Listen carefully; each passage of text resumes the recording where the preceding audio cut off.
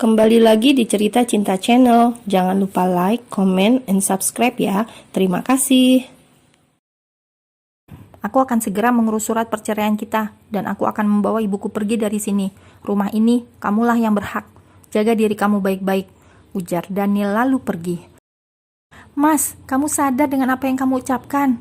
Tanya Gwen mencekal tangan Daniel.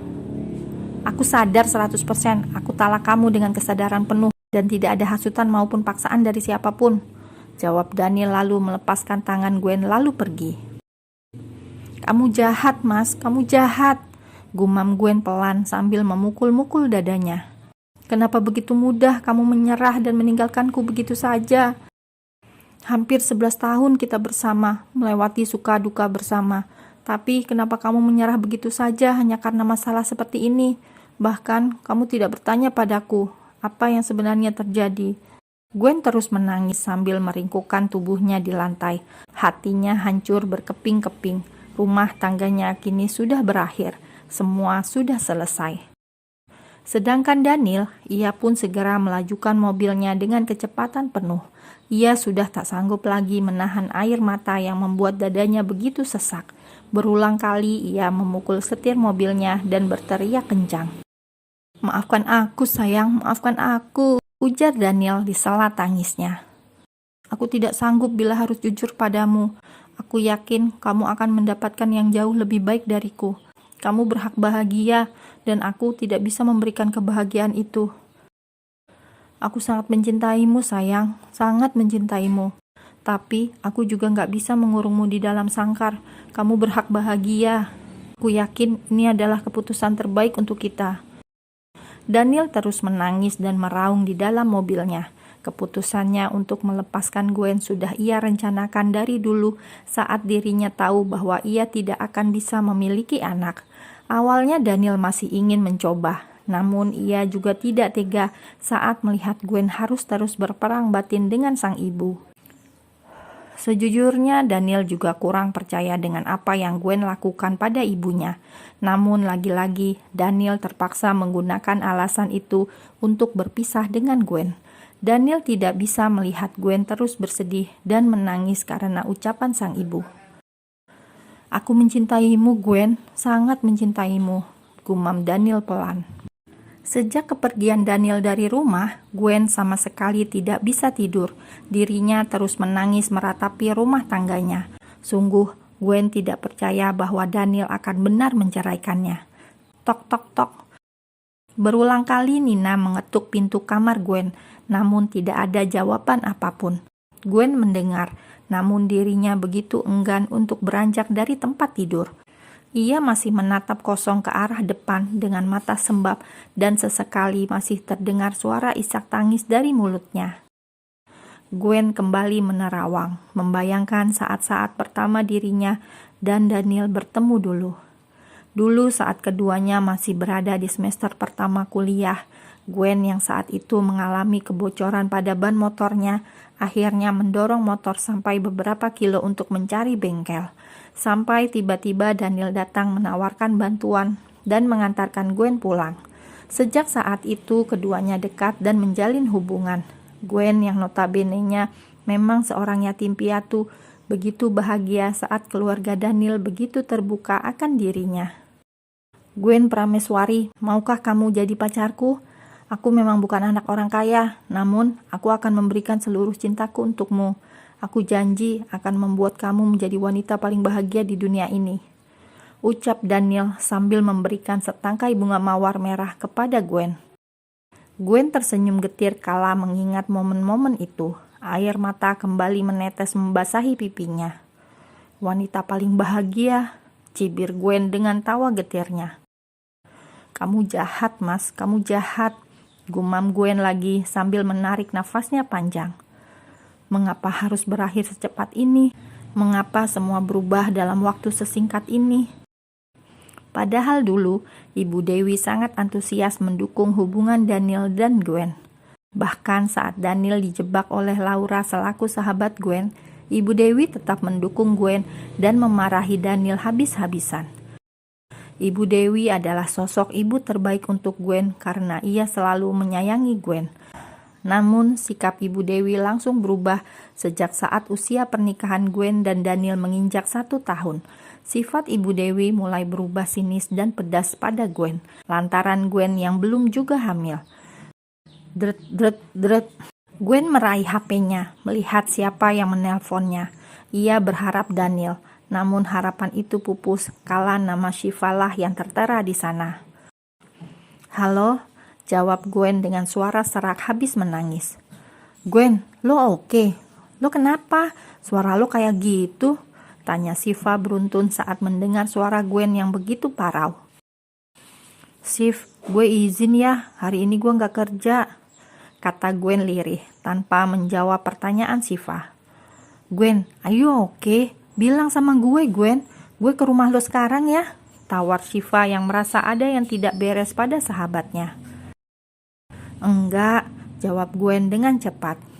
"Gue gak apa-apa, gue cuma pengen sendiri dulu," ucap Gwen.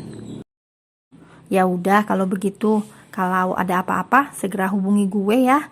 Gue tunggu cerita selanjutnya," ujar Syifa lalu ia segera mematikan sambungan teleponnya. Setelah mematikan HP-nya, Gwen pun kembali meringkukkan tubuhnya di atas tempat tidur. Jam sudah menunjukkan pukul 11 siang, namun Gwen sama sekali tidak beranjak dari tempat tidurnya. Sekitar pukul 12:30 siang, akhirnya Gwen mulai merasa ngantuk dan ia pun memejamkan matanya hingga memasuki alam mimpi. Ceklek. Seseorang memasuki kamar Gwen, duduk di samping Gwen yang tengah meringkuk seperti janin di dalam perut. Ia usap lembut rambut Gwen dengan penuh kasih sayang. Air mata kembali menetes membasahi pipinya. Hatinya begitu sakit kala melihat keadaan Gwen saat ini. Bagaimana tidak, rambut acak-acakan, mata sembab dan hitam, hidung memerah dan tidur dalam keadaan meringkuk kedinginan. "Jaga diri kamu baik-baik sayang, love you," ucapnya di telinga Gwen, lalu ia menarik selimut agar Gwen tidak kedinginan. Setelah menyelimuti Gwen, akhirnya ia pun keluar dan pergi sebelum Gwen menyadari kehadirannya. Owen sedari tadi sudah mondar-mandir di balkon kamarnya. Ia melihat ke arah kamar Gwen yang sedari pagi terus gelap, padahal biasanya pintu balkon terbuka atau gorden dibuka, namun hari ini tidak. Owen terus berusaha menghubungi Gwen, namun tidak ada jawaban. "Di kerjaan gak ada, berarti di rumah kan? Tapi kenapa kamarnya tertutup begitu? Kamu ngapain sih mbak?" keluh Owen cemberut yang mengira bahwa Gwen sibuk dengan suaminya. Nasib, gini amat ya suka sama istri orang," gumamnya terkekeh geli. Owen yang mengira bahwa Gwen tengah lembur dengan suaminya, akhirnya memutuskan untuk pergi narik. Namun sepanjang jalan, ia mengantarkan pesanan makanan online, dirinya terus kepikiran dengan Gwen. Dret, dret, dret. Suara dering dan getar HP di saku celana jeansnya membuatnya terpaksa menghentikan motornya. Dengan memutar bola matanya malas, ia pun langsung mengangkat telepon tersebut. Jawab Owen malas. Ham, kapan kamu kesini? Terdengar suara teriakan seorang wanita dari ujung telepon sana, membuat Owen langsung menjauhkan HP-nya. Astaga, itu mulut, sungut Owen kesal.